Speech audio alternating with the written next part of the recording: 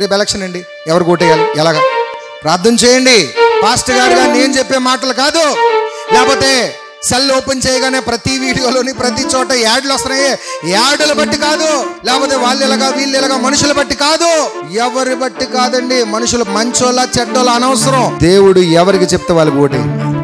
ప్రభుని అడగండి, ప్రభువా ఆంధ్ర రాష్ట్రంలో ఏ ప్రభుత్వం రావాలి, మాకు ప్రేరేపణ ఇవ్వండి అయ్యా. అసెంబ్లీలోకి ఎవరిని పంపించాలి, ప్రేరేపణ ఇవ్వండి. పార్లమెంట్లోకి ఎవరిని పంపించాలి, ప్రేరేపణ ఇవ్వండి.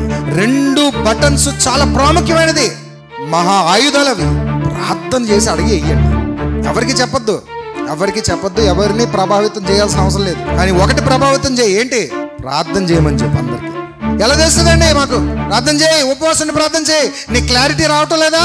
ఇంకా కడుపు కాల్చుకో, రాత్రంతా ఉపవాసం ఉండి ప్రార్థన చేయి. ప్రభువా ఇదిగో నా ప్రతి ఓటు చాలా ప్రాముఖ్యమైనది కాబట్టి నువ్వు ఎవరికి చెప్తే నేను వాళ్ళకి వేస్తాను. నిర్ణయం తీసుకో, ప్రార్థన చేయాలి. కుటుంబాలుగా మీరు ఒక నిర్ణయానికి రావాలి.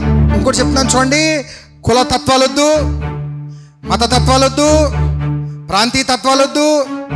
ఇవేవి నేను ప్రభావం చేయకూడదు. నీ ఇష్టాలు కూడా వద్దు. దేవుడు ఎవరికి చెప్తే వాళ్ళకి ఓటేయండి. ప్రభుని అడగండి.